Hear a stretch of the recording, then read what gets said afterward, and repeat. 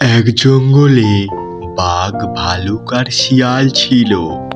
তারপর বাঘ বলে, এই শিয়াল, কি হয়েছে আজকে? জঙ্গল তো পুরো অন্ধকার আছে। হ্যাঁ বাঘ মামা, ওটাই তো বুঝতে পারছি না কি হয়েছে আজকে। ভালুক ভাই, তুমি কিছু জানো? না রে ভাই, আমি তো কিছু বুঝতেই পারছি না।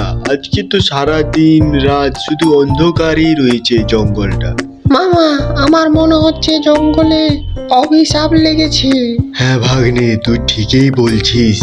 না হলে সারা দিন রাত এভাবেই অন্ধকার থাকতো না। আচ্ছা চ, তাহলে বাকি বন্ধুদের কাছে যাওয়া যাক। ওরা না হলে শুধু শুধু ভয় পেতে থাকবে। হ্যাঁ মামা, ঠিক বলেছ, বাকি বন্ধুদের কাছে যাওয়া যাক। আরে কুমুর ভাই, তুমি কেন কান্না করছো? কেন কান্না করবো না? সারা জঙ্গল তো অন্ধকার রয়েছে। ওটা ঠিক হয়ে যাবে, তুই চুপ কর এখন।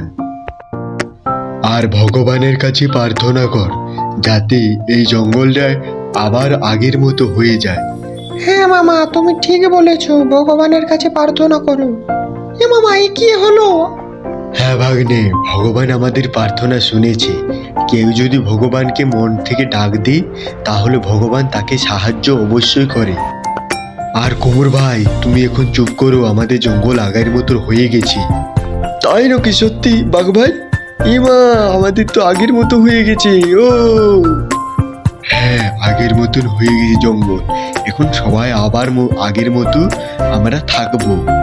আজকের গল্পটা এখানেই শেষ হলো।